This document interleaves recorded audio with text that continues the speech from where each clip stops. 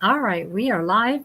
We are I do live. want to thank everybody for watching today. Glad to have you here. I am with Kelly Morse, and I will give a shout out to my sponsor, Chad Chris, before we start.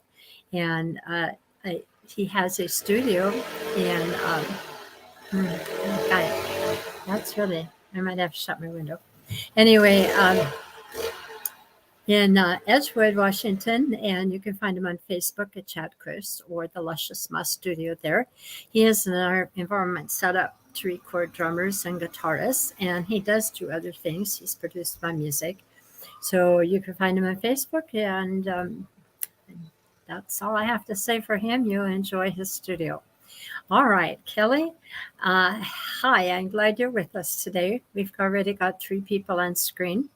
So, I guess we're ready to start. How did you get into music? How Um, and when? When is important, sir. well, I'd have to say 1966 when I was in the sixth grade.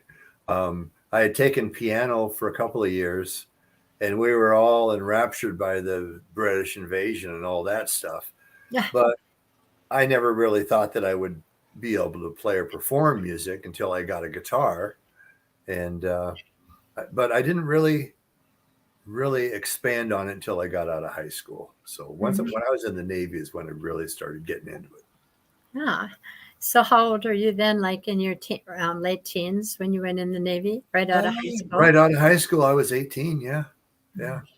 So how did that inspire your guitar playing? Well, when I was in Tennessee, there was people from all around the country, and I'd never hung out with anybody from the South before. I'd never heard of the Allman Brothers. I Yeah. never heard of Leonard Skinner. I mean, they were big hits already in Spokane. It just Right. wasn't on my radar. Right.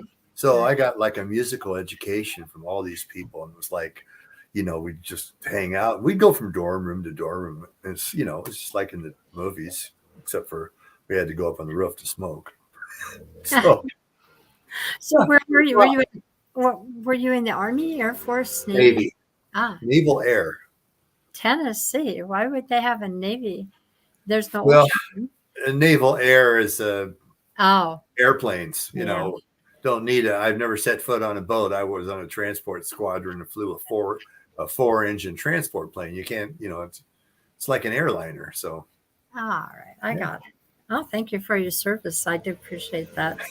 So, um, and how are you meeting these people? Are you just meeting people from that are in the Navy that knew about these musicians, or Well, everybody in the dorm, everybody on our floor, we all hung out together. And whenever anybody got their favorite album, we'd all go and listen to it and stuff like that. ah, So yeah, it wasn't like we were going out and seeing these great musicians, which I yeah, wish I could have. yeah, But when we were in 1972, walking down the street in Tennessee in a Navy uniform wasn't really looked upon very well. yeah? We didn't feel welcome downtown at all. So Oh so we no! did our partying in the woods and hang out by the river and play guitars, stuff like that. Wow, that shame on them. Well, that's just the way it was. Yeah. Well, I didn't get into country music and know who Leonard Skinner was and Allman Brothers, etc. until I went to I was called by my company to go work on a contract they had in West Virginia. And that's when I started liking the country music. It was like 70s and 80s kind of music, 90s. And I just fell in love with it. I didn't like the older stuff, but I sure like the newer stuff. So I get it. I've played it all. Yeah, you really? Yeah, Yeah. I've played And, Ray Price before. and your guitar, as a guitarist Well, I was a or guitar bass? player in a band that had a girl that could sing those songs well and another guy that could sing those songs well. So yeah, I played all those songs on guitar, but no, I don't sing like Ray Price or anything like that. My Well, I've singing heard you career sing. is my You know singing career is much. not the discussion of today's topic.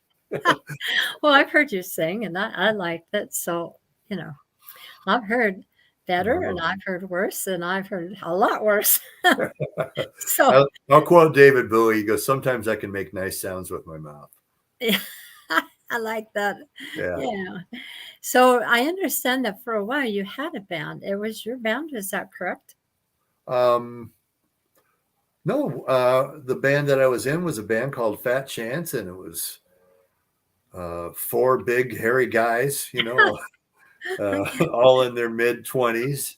Um, we had absolutely no delusions of greatness, but we played at all the biker bars and the Oh, biker festivals and stuff like that. good thing they were big and hairy. Well, if you know how to play Ghostbusters, Ghost Riders in the Sky, and Yeah. Born to Be Wild, you're pretty good for most biker Yeah. bars. We played at biker bars too, and they loved music. So I have nothing against I biker got bands. I got nothing bad to say about bikers. I love them. No. It's a community within a community, and it's one of those things that you look at it from a distance and you're afraid, and you get into it and you go, well, what was that all about? Yeah, Yeah, right. just people. Exactly. Yeah, exactly. So how long do you have this band from what period of time to what period Oh, of time? well, I ran sound for my nephew Mark's band when we traveled around late 70s. Really only about 2 years in Fat Chance. And Mhm. we were all still working day jobs. It was never really a full-time band. Um, yeah, that particular band. And then the other band that I was in, Whirlwind, was the one where Rick was the bass player, and he was also a booking agent. Wow. And so that was the only band I was ever in that made good money. They'd say, well, we got a Greek wedding and we need something for the old folks and something for the kids. So we'd Was start out with On the Road Again and finish with Prince, Let's Go Crazy. Oh, cool. So you were playing rock and country, Well, we just start out with, that's what you call a crossover band, Mm-hmm. You start out not trying not to scare the old people, and then work into the fun part. Old people. Now that I am perfect. Older people. Yeah. Yeah, I get it. Well, I think you've done quite well, and now I understand that when you were in this band, you were playing bass. Is that correct? Yes, in the second band. Yeah. Yes. Okay. Yeah. Well, And actually, only part of the time, because the bass player wanted to play guitar for a set, so I would play bass on the third set. Well, And Nick and I got locked in, and I started discovering how much fun it is to play bass guitar. yeah. And I've been discovering that too this last summer, playing in Doug's band. Right. So So at first I thought, oh, well, I'm just going to play bass, and then the more I got into playing and listening to it, I just love it. It's a lot of fun. yeah. So explain who Doug Arrington is. We both know him. Sure. And- Well, he's a tall, good-looking guy, just a few years in older. Greece. He's in Greece.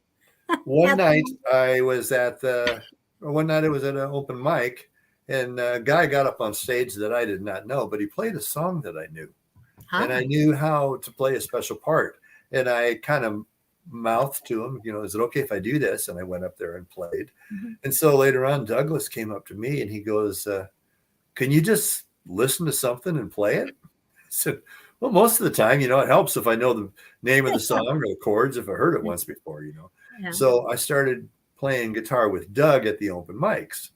Well, one night I showed up with my bass guitar, and next thing you know, I'm hired in the band. So it was me playing bass, Doug singing and playing guitar, Katie Gill. I think she might be on her way down to New Mexico right now. But yeah, anyway, she's in New Mexico to the end of the month, after what she said. And then we also had Jeff Crookall on percussion and harmonica and vocals, and then Uncle Fuzzy, James Prater. So and Spencer, the little kid with the guitar. It was a blast. What did he do in the band? What did Uncle Fuzzy do in the band? Oh, he plays mandolin and sings. Oh, yeah. Mandolin. Okay. Yeah, I know he sings. I heard him out at Snowtown. He's really great. A couple of gigs he had to just sing only because he had a big bandage on his thumb. So he had a what? A bandage, yeah. works with his hands, and he bled all over something. And Yes. yeah, it takes a while to bounce back Yeah. sometimes. Well, for those of you who don't know, Doug Arrington, right now he's in Greece on vacation, and his lead singer or his co-singer is in New Mexico, and so they're both chilling out on vacation. But I met them at the Oxford and eventually Snowtown, and I'd asked Kelly And to it's a play for dinner me. party. I asked Kelly to play for me out at the Vessel's Tap House in I don't think Linwood or Bothell. I'm not Yeah, sure it's which in Linwood. to Linwood. And he said yes. And then I found out we couldn't have electronics there. We had to just do acoustic. So I missed my chance, but I Oh, wanted to hear you on the bass, and I'm glad you like it. I tried it once. We had a bass player who wanted to sing a particular song, and he couldn't sing and play the bass at the same time. So I bought a bass. I went out and played while he was singing, and that I eventually traded it in. But yeah, I just I don't think the bass is at all like a guitar. It's very different. It's completely different. Yeah. yeah, Yeah. and the positions where everything is are kind of still strange to me. Yeah. So I'm glad you did that. My daughter started out with playing the guitar not too long ago, and she likes the bass. So there must be some kind of inner thing that goes with people who like the bass. I'm not sure what it is. It's an Sounds unappreciated art. yeah. Real that, yeah. But any guitar player that ever made a decent sound on the guitar, the only reason he did it was because he had a good rhythm section. Yeah, exactly. Oh, that is so important. The band that I'm in, we have a stand-up guitar, and he's got this great big stand-up bass. Oh boy, He's really great it at is it. a lot of work. Yeah, we go into retirement homes and communities like this one, for example, and play for the residents, and we get a really good response. But bass is beyond me. I never did go beyond that one song. So what at these I know that you go out to, I believe it's called Port Gardner, is that Yeah, right there? yeah. And do you play the guitar and the bass there, or do you switch back and forth when you go to these different jams, or how does this work? Most of the time at Port Gardner, I play either the guitar or the piano. Okay. And they have a really nice grand piano, and it just sits right in front of the stage. And Oh, you play the piano too?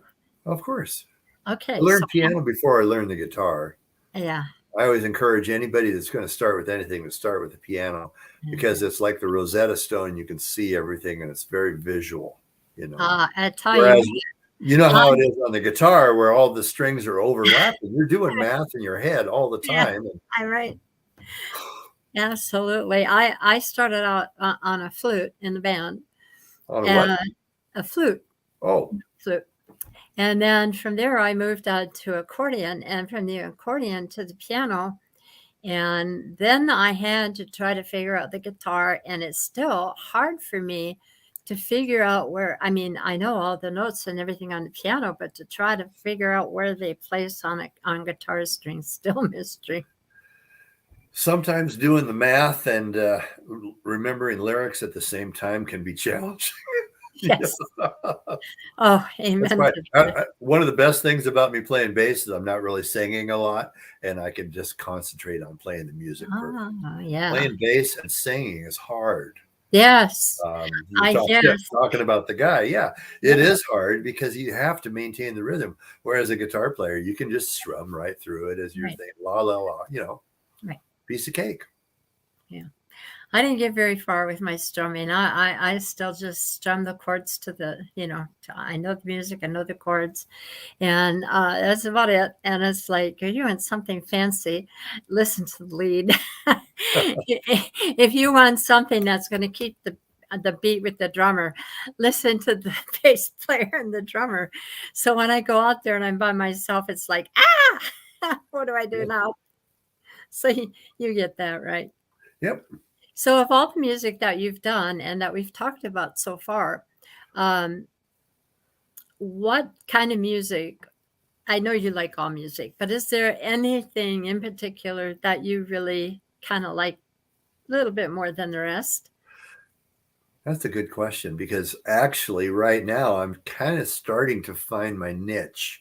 Um, I played rock and roll guitar for years, but because I couldn't sing rock and roll music, and I just really wasn't that into it so much. But lately, the thing that I'm kind of good at playing is surf guitar. What is Remember that? like the Ventures type music and Yeah, stuff like yeah, oh that? yeah. It's real fun and Okay, snappy. Edward And Sandler. I can do that really well. And then the other thing that I concentrate on is I'm a half-fast guitar player. I play slow. I play slow and pretty. I try and do like Mark Knopfler and David Gilmour from Pink Floyd type stuff, where you're not tearing up the guitar. You're trying to play some sort of um, uh, a musical thing that is actually in tune with the song and the Right. lyrics. You know, a lot of guys hit the guitar solo and it's just go, go, go for 30 seconds and then pick up the pieces. Yeah. I heard you do the one song that I loved the most. I believe it was you who played it. I had a lead. He was a touring musician and he broke his back and was paralyzed when he was T-boned at an intersection. But the guy got around and he was super, super good. And he did Sleepwalk the first time in Oh, and okay. and Yeah. then Chet Hastings after him was my lead, and he also knows how to play Sleepwalk. Cool. So it's a beautiful song, and you play it very well. Well, that's in that genre, of the Yes. surf era. Um, I also have a lap steel that my childhood friend Dan Oh, McGrath has let me borrow, and ah, so I bought the strings to tune it up for Sleepwalk, and I plugged it in and I played it a little bit, and you know, I'm having trouble doing the math with a completely different tuning. That you know what I mean? We know what it is with the standard tuning. With the yeah. C6 tuning, it's like the typewriter's turned upside down and been put in a blender. So, I can't even imagine. well, but so I know a few songs that I can play. I just know the songs. I don't really know the notes. You know what I'm saying? Yeah, Like I'm just kind of feeling my way through it. But I it's hear you. really fun, and and when you use the volume pedal and a little bit of echo, you can get that Hawaiian sound. Oh, It's pretty neat. Yes. yes. If you look at your messages here, we have someone who hasn't identified themselves, and I do want to tell our listeners to please identify yourself. We'll be able to see this afterwards, but while we're talking to you, we can't see who you are. It Oh, says okay. he can play surf music quite well. I've heard him do it live. I have too. Well, I um, yeah. yeah. So lately, the way I play guitar is I actually feel like I'm playing better than I've ever played my entire life. I don't have any point in my day where I wish that I was playing the way I was in the past, this way or that way.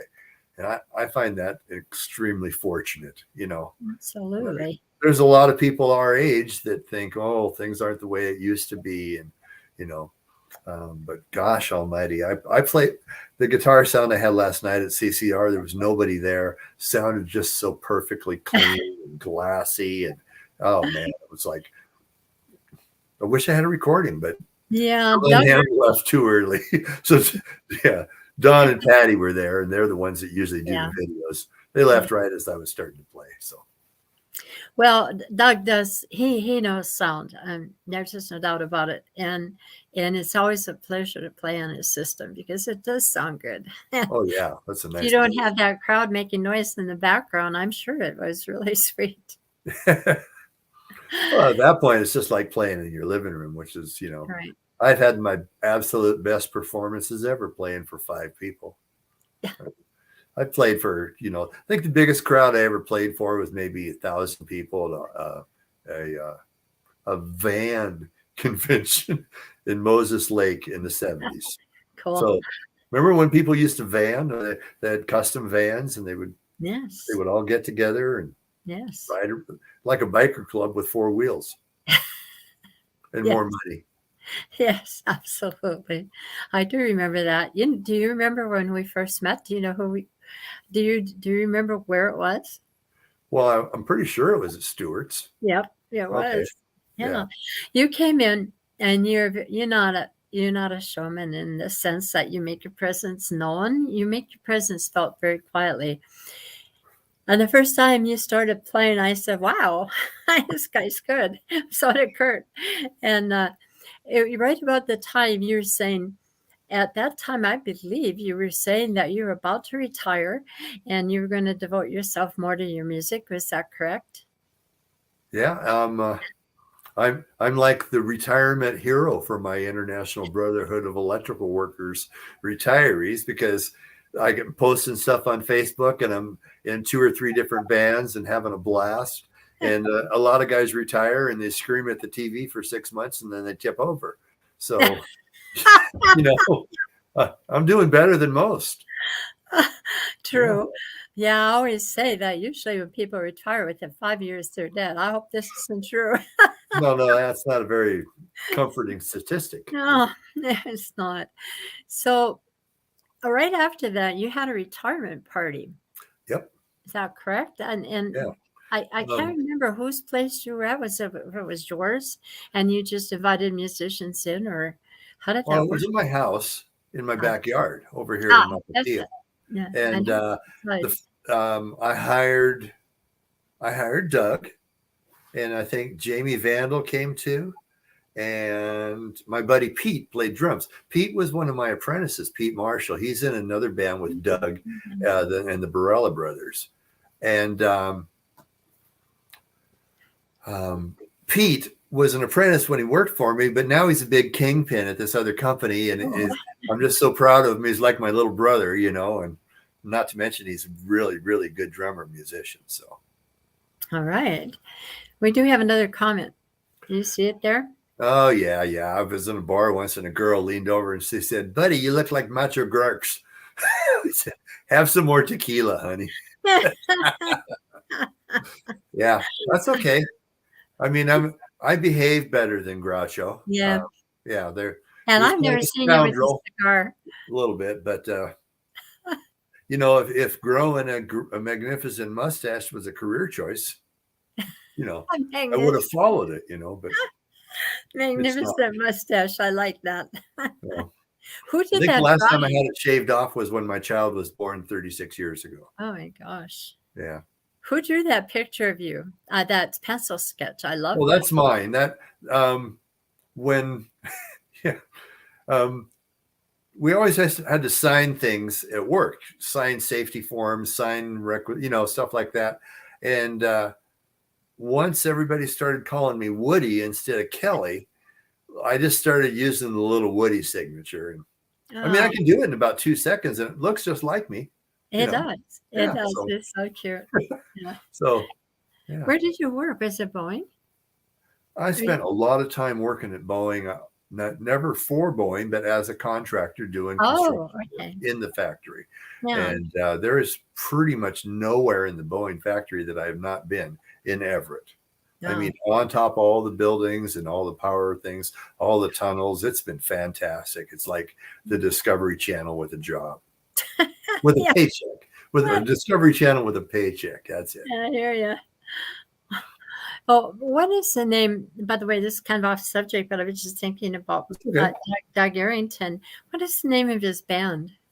Actually, we don't really have a name. It's just Doug Arrington. I don't know it. It's one of those things. The reason is because each year when he comes up from traveling south for the winter, he doesn't know who is going to be available to throw a band together. Yeah. And so it's a temporary entity. If he gives me the opportunity to play again next year, I'll definitely do it, because it's been really fun. We put a lot of private parties, and none of the gigs we played paid any good money. Yeah. But we've gone and done some really neat things. Gosh, the art fair, that music and art fair up at Index.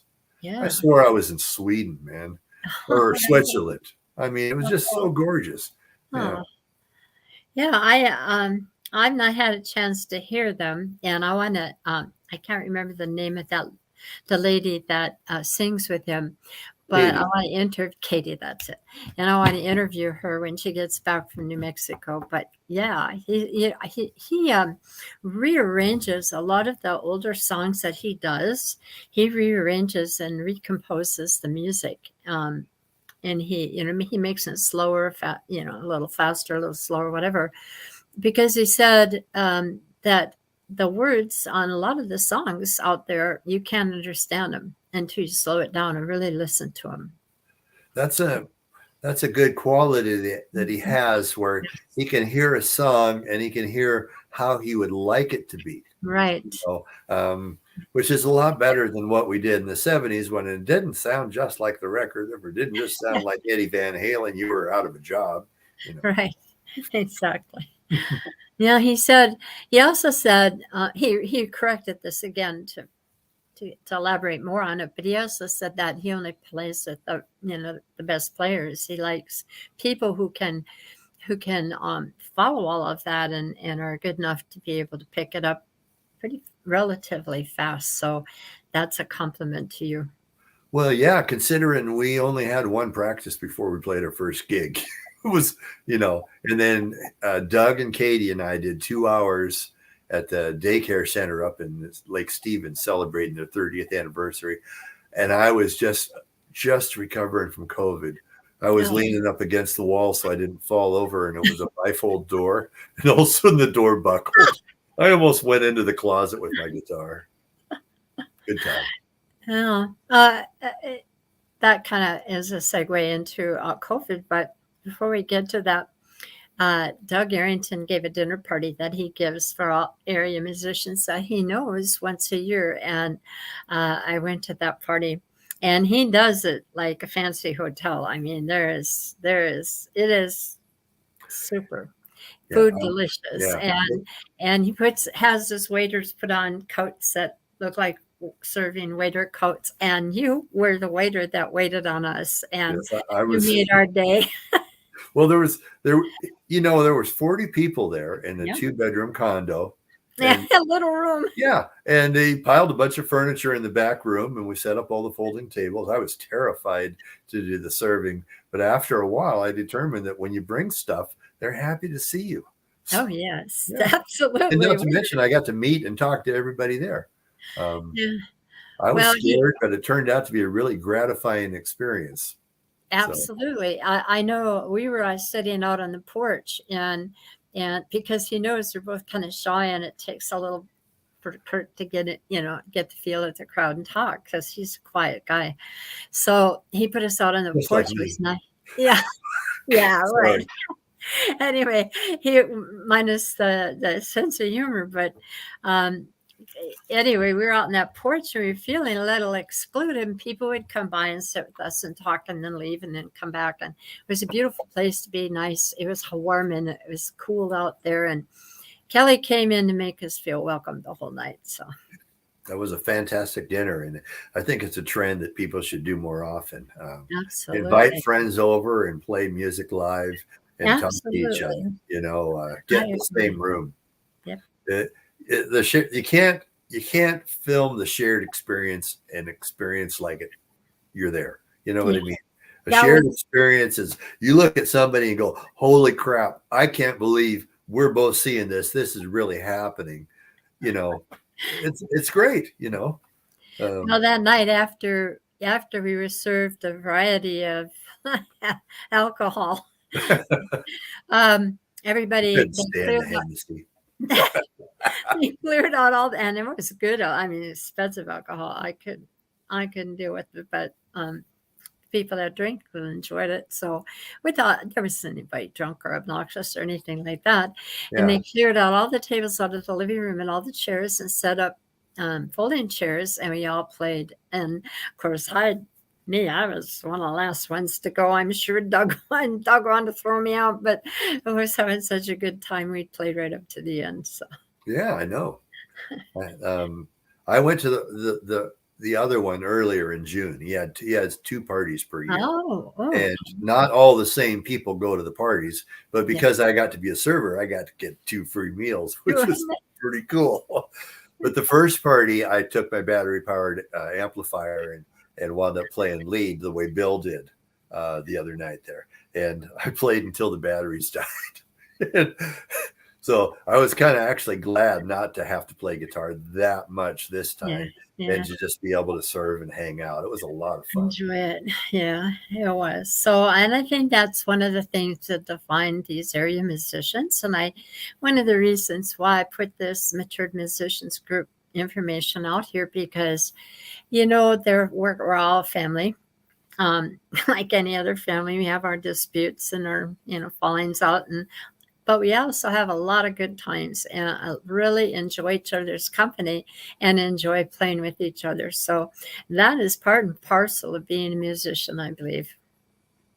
What was the quote I just saw today? It said, "I'm not trying to be better than you or better than anybody else. I'm just trying to be better than I was yesterday." Yeah, I saw that. That was Good on one. the internet. Yes, Yeah. I read that and I thought, oh yeah, that's about it. Yeah. Yep. So You didn't ask me about what kind of music really, really set me on fire. no, I thought I did, but if you tell us, I'd love it. I'm gonna have to. I'll try and be brief. I Okay. was at a party in Spokane and I heard some music and I said, "Oh, this is nice. What is this?" And a girl goes, "It's Todd." And Todd What? Rundgren. Todd Rundgren. And she goes, "It's Todd." And I said, "Oh, this is nice." And she goes, "No, it's beautiful." So I thought to myself, okay, girls dig Todd. So I go out and I buy a Todd Rundgren record. And, you ever heard "We Got to Get You a Woman" or "Hello, It's Me"? Bang on the drum Yeah. all day. Well, hello Anyway, to me sounds familiar. That song, I think, Todd Rundgren was a real emotional, real experimental musician, way, way ahead of anybody. He was the first musician that ever did a live internet broadcast on the internet of a live concert. The first one, and the amount of technology was amazing. So Todd is like this wizard with the music and the recording stuff. And I really got into the technical aspect of seeing how songs were built and stuff like that, where a guy could play and record an entire album just by himself. But not that I've ever done that before, but I was really fascinated with it. And then a little bit later, I was at a party and I heard Frank Zappa for the first time, and then it was all over. So between Frank Zappa and Todd Rundgren, I knew that I was never ever going to be the AC/DC guitar player or any kind of a pop rock. You know what I mean? I was always left of center. So absolutely, I hear that. Yeah, well, I don't know. That kind of brings us back to where I was going with COVID, and when everything shut down, and it did, except for Snohomish, there was still some outdoor activity there. How did this sit with you? What were you doing during that time, and how did it play out in your life? When I retired, and then COVID hit I retired in the spring, and then the next February, March, that's when COVID hit. Okay. Mm-hmm. And so up until the time that I retired, I'd mostly been going to Stewart's and hanging out with Taryn and Ted and Fred when he was there too. Yes. He is so much fun. And that was a lot of fun. But after that, I went to one of the Black Lab Gallery open mics, and I met a whole different group of people. And they weren't rock and roll players. A lot of them were folk people, Americana type music, some experimental acoustic, really different stuff, which always I gravitated towards. And so I was really just beginning to get established with that community, like with Dino and Jeff and a lot of people that we know, right? Goldberg, that were at the party, like Doug and Uncle Fuzzy and stuff like that. And I was just starting to hang out with those people, and then COVID hit, and I didn't get a chance to see anybody for such a long time. Yeah. I mean, really long time, because it wasn't until a year later we got a vaccine. So at that time, I spent a lot of time in my little room downstairs. I have a man cave downstairs with recorders all 15 of my guitars that are all cheap guitars. So if you want to steal my guitars, they're all cheap. Uh, I don't have. Right. When my nephew passed away, he had $150,000 worth of guitars under his bed, just 3 guitars. Oh my gosh. So they immediately put him in a safety vault, Yeah. something like that. Well, we do have another comment here. I'm not quite sure who it is, but it says Jeff Beck too, Ron said. Oh, yeah. I've, do you know who Jeff Beck is? No, Not me. No. He is. I think a lot of people my age would say he's probably the greatest living guitar god, greater than Eric Clapton. Him and Carlos Santana might be considered equals, but Jeff Beck is a pretty good guitar player, and he can do things on the guitar that other people can't. So, some night, next time I see you in Duval, and when Doug McGrew is there, Doug knows the drum part, which is complicated. We'll do freeway. Spit it out, Kelly. Freeway Jam. Yeah, Freeway Jam, and Because We Ended As Lovers are the 2 Jeff Beck songs I can play. And I can't say I can play them like Jeff Beck, but I can play them like they sound good, and hopefully enjoy hearing it. Right. It's the most fun you can have with your pants on string and let a guitar really loud. But with your pants on. I'm a Catholic boy. Yes, an altar boy from your picture. Oh yeah. Oh goodness. Well, I don't see you out at Duval very often, and that's kind of fallen apart this last few months, which has been kind of sad because. Well, we don't need to talk about that. I've had some good times playing there, and that's and those are great people. But venues always have cycles where they go up and down and up and down. Well, you just his keep air hanging in the place conditioner went that's out. fun for you.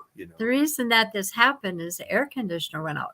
Oh, so he had to close the place down, and in several weekends it happened because it was like a broiler in there. I went one night when it was so hot I thought it was going to die.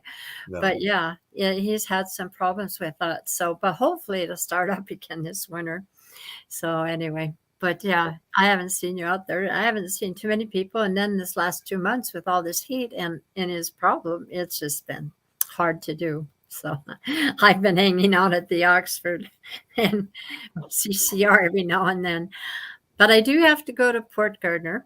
Oh, yeah. And I understand. It is a bit of a drive for you, but it's a cool place. Yeah. I understand there was a lady there that you were playing for. Were you playing bass or were you playing lead guitar for her? And what is that story? Sorry, I was just playing. I was going to show you one of my guitars in a bit here. Barb Henry Kauai is a Hawaiian girl, and she went to Oak Harbor High School. She actually was there when I was in the Navy, but I didn't know her. But my friend Eddie, that passed away yesterday, was in the same class as Barb and some other people that we knew in Oak Harbor. And anyway, Barb has a lot of really cool original songs. Plus, we do a bunch of the Hawaiian standards like Island Time and Drop Baby Drop and Guava Jelly. And these are all songs that were all new to me, but every time we play them in public, people just love them. It's really fun, enjoyable stuff. Yeah. So I'm mostly playing bass with her because she plays a ukulele. Oh, and yeah. If you put a Stratocaster against a ukulele, I know. it kind of drown out the ukulele, Yeah. So. We have another comment here from Michael McNath. And you must know him. He comes. Yeah, I do. I don't know him well, but I've seen him around. Yeah. So. He loves to promote singers, and he often helps the bands load in and load out. Hi, Michael, and I see you today. I wanted to show you my $3 guitar. Is that okay? Absolutely. You can actually see. No, you can't see it. You that see way. The price. There's the price where it says I paid $3 for it. And the reason I paid $3 for it was because a couple of frets were missing. So I took it home and I pulled all the frets out of it, and it's now fretless. So See? Oh. Or you can just play slide.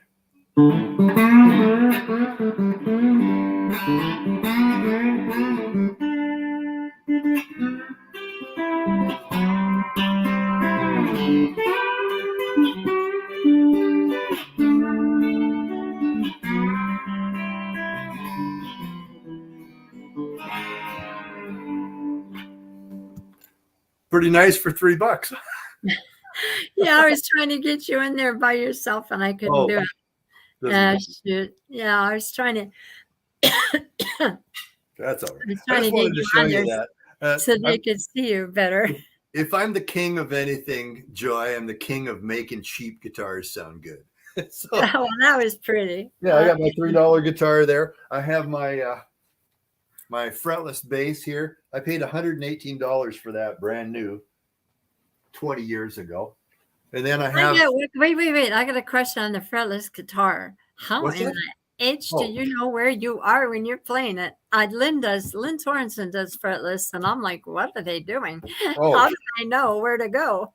Well, what you have to do is you have to cheat. Oh. And what I did was I bought a guitar that has lines on it. Those aren't frets. They're just painted on there. They're just painted. See? Yeah. And yeah, it works like a champ. Although I really still have to look. Yeah. So that's why I bought a fretted guitar, because I saw some video of me playing the fretless. I didn't have much stage presence because I was staring at my hands most of the time. So, I mean, occasionally I can look around the room and stay in position, but there's a lot of thinking, you know. An eighth of an inch can mean the end of the world. If you're an eighth of an inch away from the note, you know. Yep.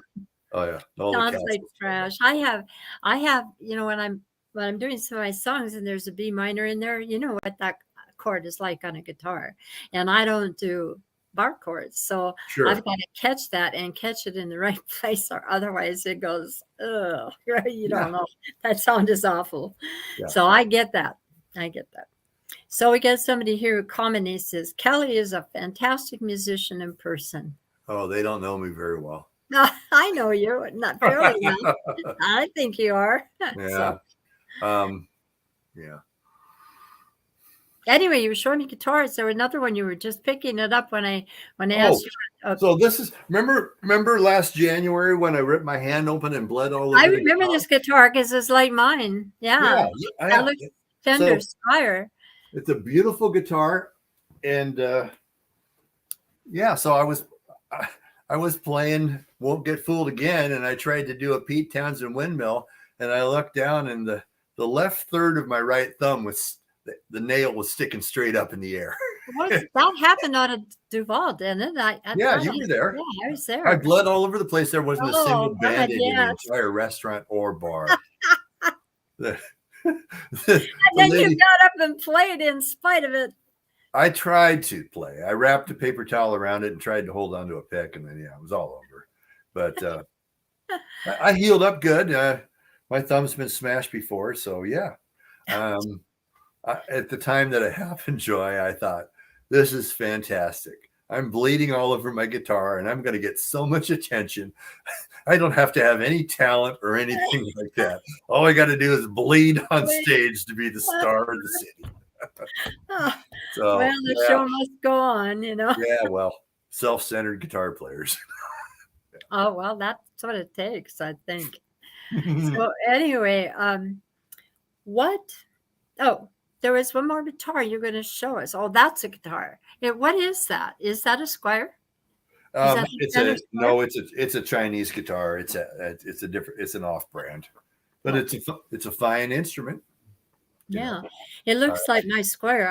I went in looking for a practice guitar because I was taking guitar lessons from Chad Christ, and I saw this little guitar, and it was called a Paranormal Series, and I looked at it and I thought, oh, that looks fun. So they plugged it in for me. I started playing, and I thought, wow, I like the sound on this thing. Next thing I know, I was walking out the store with another guitar. I've seen it, but what color is your guitar? I forgot. White. Okay. So when I was in the Navy, so this is the same style, the Telecaster thin line with the cutout, you know. That model Fender came out in 1969, and Mike Singleton was one of the guys I was in the Navy with, and he had a Telecaster like that. And Is so, that the Mike Singleton? no, it is not. This is a this is a white guy from South Carolina, and he got caught in the back seat with the sheriff's daughter, and he got a choice of 3 years in the Navy or 4 years in the jail. And so he took the Navy. You think you're going to be leaving town, son. Little did he know. Yeah, but that guitar, and he could play the blues real well, and I always wanted to have one. Then when I saw the green guitar on, what's the movie? Stranger Than Fiction. Will Ferrell and Emma Thompson, Queen Latifah. There's a green guitar in there. So I got the best of both worlds, the green and the thin line. So yeah, right. Just I got to pop up here. Let me get rid of it. It's talking about my default browser. If we get disconnected, call darn. I hope not. Let's keep our fingers crossed. Have we been yammering for 45 minutes, or do we have 45 minutes left? No, we've been yammering for 45 minutes. See how fast that goes? Now, there was a T-shirt that you wrote something on, and you told me something about, was it dynamite? Oh, Napoleon Dynamite? Yeah. So, my cousin John Walters is a business manager in Pocatello, Idaho, southeast Idaho, Blackfoot, Idaho. And he's talking to my mom and goes, "What's Kelly doing?" Hey, he's moping on the couch, brokenhearted over some girl named Leslie. And, okay. So anyway, we're not going to talk about Leslie, but he goes, "Well, just put him on a bus and send him down here, and we'll keep him so busy he won't have to worry about being brokenhearted." And so I went down and I worked on a line crew, which is the guys that string the power lines. Oh, Lord. And so the guys up in the air are the linemen. They're the electricians in the line. They're the guys that risk their life. I worked as a groundman, which is a laborer on the ground. I dug holes in the ground 7 feet deep and that wide by hand on the side of mountains. Drove big trucks, lifted things up. And they were always making fun of me, and they kept calling me Dynamite. And so one day I took a sweatshirt and I spray painted the name Dynamite on it with a big 0. And then it was only a few miles away from Preston, which is the city where Napoleon Dynamite was filmed. And at the time, I was exactly that guy. I was just such a geek, you know, not a fine example of virile manhood at all. But I went down there and I worked for the summer and I made a bunch of money. I bought a nice car, had a great experience. And I always loved that part of my family down there, the ones down in South Idaho. It's I wish you would have continued having that nickname. I like it. Dynamite. That fits you. Well, maybe I could. I don't think I could get resurrected. What's the song the little girl used to? Oh, 99 pounds of dynamite. Yeah. Jerry always does it, Jenny, right? Yeah, it's Oxford. Yeah, that's cute. So if you were going to give advice to the people that are listening who might be musicians that are just starting up, or even musicians who've been around a while, given your experiences and I know you're not bringing out everything in an hour, what kind of advice would you have for them? Well, I don't really feel like I have that much advice, like I'm any kind of a senior spokesman or anything like that. But you are, whether you like it or not. The thing is if you love music and you do what you love, then just do it. There's not a requirement that you make it. There's not a requirement that you write the hit song that everyone is going to identify with and think, "Oh, you are my soulmate because you see my inner thoughts." Mm-hmm. Just if you like something, if you want to write a song, tell a story. I'm not much of a songwriter, but everybody I've noticed that is good songwriters is a good storyteller. Yes. And actually, I tell a lot of stories. I'm a good storyteller. Yeah. I just have never turned them into songs. Well, you need to start. Well, maybe somebody can help me do that, but that's not really on my list of goals. Listen to do things. I don't know. I'm happy to make other people sound good. You know, when I'm playing with Barb, and then it alleviates the pressure of being a solo performer and the two of us, and we have a little thing built up, and she'll sing better because she doesn't have to worry about supporting the music as much, you know, because you got someone there to help you out, you know, to fill it. Right. But for anybody that wanted to do anything, gosh, what a great time to do it this time in civilization. First of all, you can get a really good guitar for not any money at all. No, when I was a kid, the thought of having a Stratocaster or a Les Paul was equivalent to having a brand new Corvette.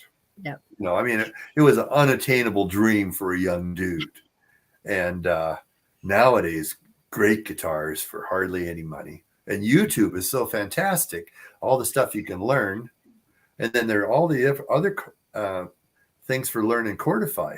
You know what that is? Oh, yes. Yeah. It's one of our friends, you know. It takes a song and the computer listens to it. And it kind of takes a stab at least it tells you what key it's in, kind of the chord structure. And if it's a song you're familiar with, you can learn a new song in 10 minutes, you know.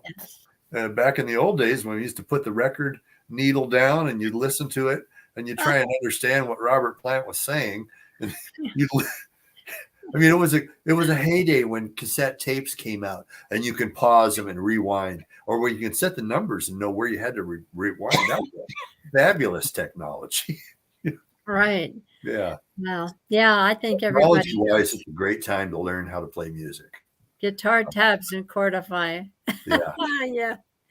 Well, I don't learn songs that fast. So it takes me a while to get all the nuances and so forth. And I never feel like I ever really learn a song well. I think there's always more to learn.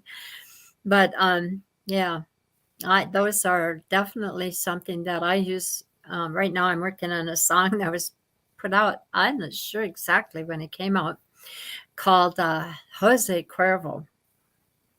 And it was done by this little gal, and it's a real cute little song. But, you know, if it's simple chords, it sure can get complicated fast. Yeah. So that's the way it stands. Anyway, then we have some final minutes. We have about 10 minutes left. And I was just, I usually ask a lot of the same questions, and I get a lot of the same answers. But, you know, I think it's important to say it. Was there any time since you were 6 years old that you ever felt like, oh my gosh, this is my aha moment? I really, this is astonishing. Yes. Well, let me tell you about my nephew, Mark. We got a couple of minutes. Okay. Oh, we got 10 minutes. Yeah. Mark was born 9 months before me, and he was my nephew.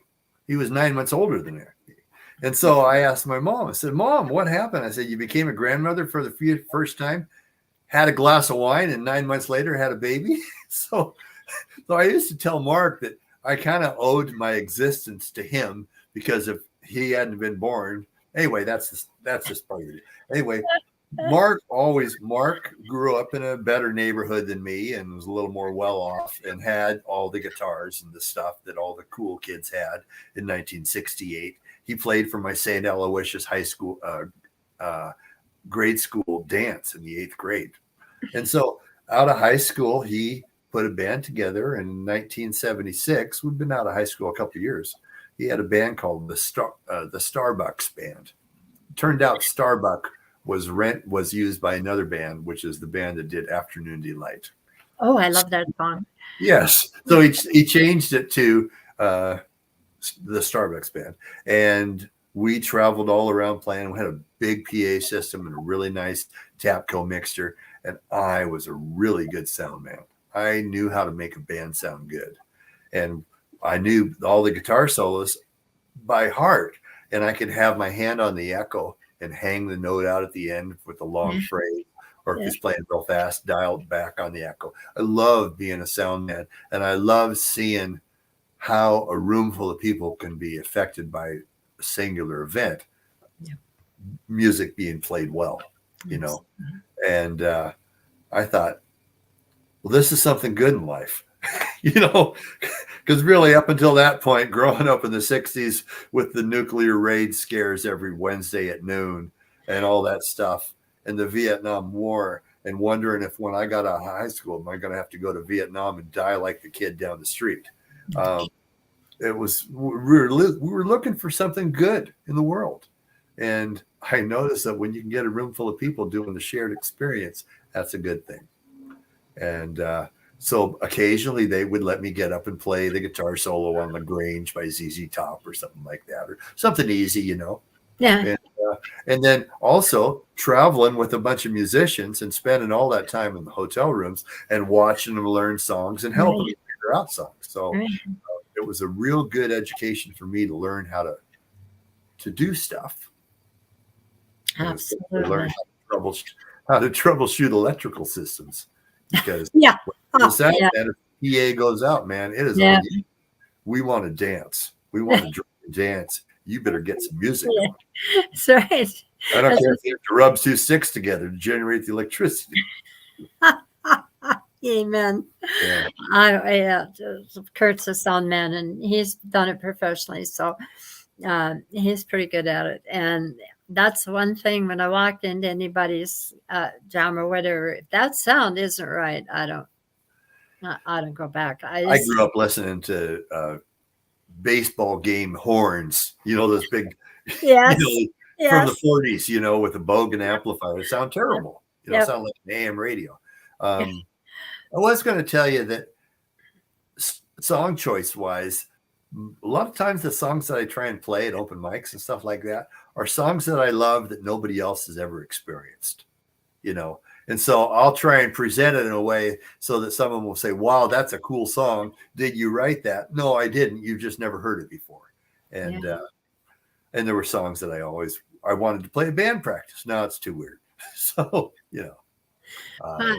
I knew a bass player that was really, really good at his trade. He's gone now. A lot of the people I knew are gone, but anyway, I was going to get him as a bass player in my band, and of course he passed. And he said to me, the one thing he said to me, he said, if you want to do something that's different and something that people might enjoy because they know who the artist is, he said, and this is at the time when we had 48 records or whatever they were, 45 records. Yeah. He said to flip it over and do the side that didn't go viral, you know, the side that didn't become a hit. And I've done that. And yeah, there's a payoff there. Yeah. It sounds like a whole different thing. I mean, people aren't expecting it. Some of them are really good too. There was a guy in Spokane, and he owned a place called Budget Tapes and Records by Gonzaga University. And every Friday on my way home from work, I would stop and I would buy a record. A lot of times I didn't know what I was going to buy. And I'd walk in and ask him what he had, you know, and I'd get Bob James or Klaus Dollinger, a saxophone player from Germany, or, you know, Passport, Bob, just all sorts of cool stuff that you're never going to get it on the radio. We weren't getting anything on the radio. You know, there wasn't even FM radio at that time. If there was, they didn't play anything that I was interested in. All they played was Steely Dan and AC/DC, you know, but over and over. Yeah. So, let's see how much time we got left. Minute and a half. 3 minutes. Should I play you the end of sleep? Play a little bit of Sleepwalk to yes, please. Want to just yammer a little more, huh? I would love to see you all by yourself. Let's see if I could put you on here. No, that's me. Doggone it. Yeah.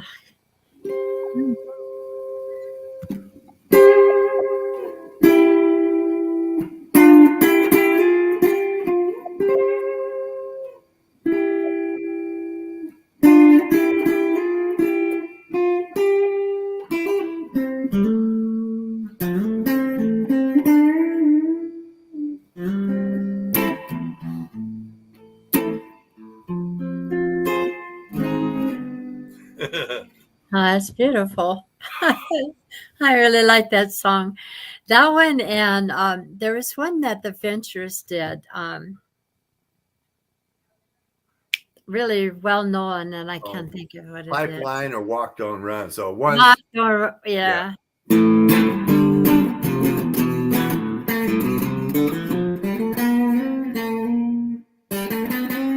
Yeah.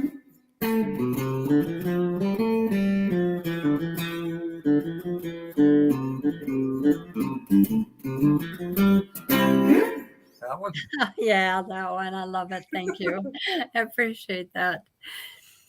So I guess it's pretty much time to close, but what do you see? Last question of the day. What do you see as your path forward, going forward? Are you looking, do you have anything, if you were to make a map of what you're going to do in the next 5 years, other than staying alive, which I'm doing every day by day, um, what would that what would that vision look like? Do you have a vision? Are you working Oh toward yes, yes. one? Yeah, my vision is day to day. Every day I get up and I ask my wife what it's going to take to make her have a good day, Ah, and do everything we can to keep each other happy.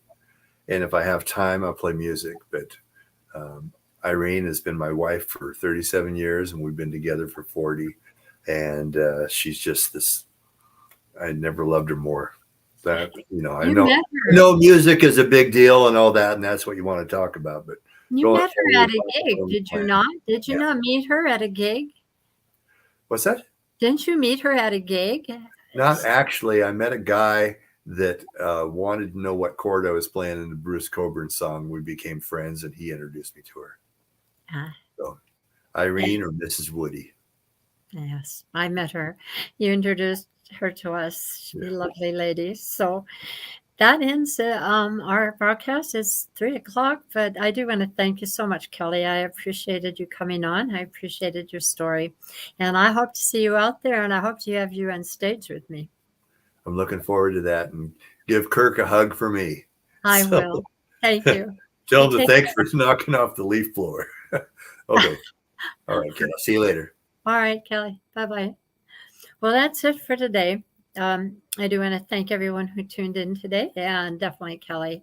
He's an interesting man. And I do have a Marcotte coming. I believe that is his name next week. And although I'm not as familiar with him as I am with some of the guests that come on, do tune in at 2 o'clock next Monday. And we'll see you there. In the meantime, have a good week. God bless you all and take care. Bye bye.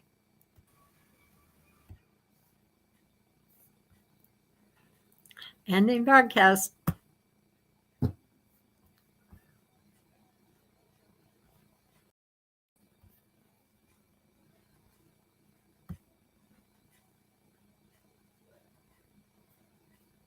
Well, it's not ending.